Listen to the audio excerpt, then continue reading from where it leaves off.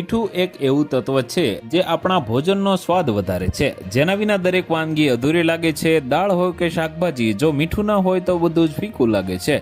વધારે પડતું મીઠું ખાવાથી જીવ પણ જઈ શકે છે। આ કોઈ ડરામણી વાત નથી, પરંતુ વિશ્વ આરોગ્ય સંગઠનના એક અહેવાલમાં એક ચોંકાવનારું સત્ય બહાર આવ્યું છે।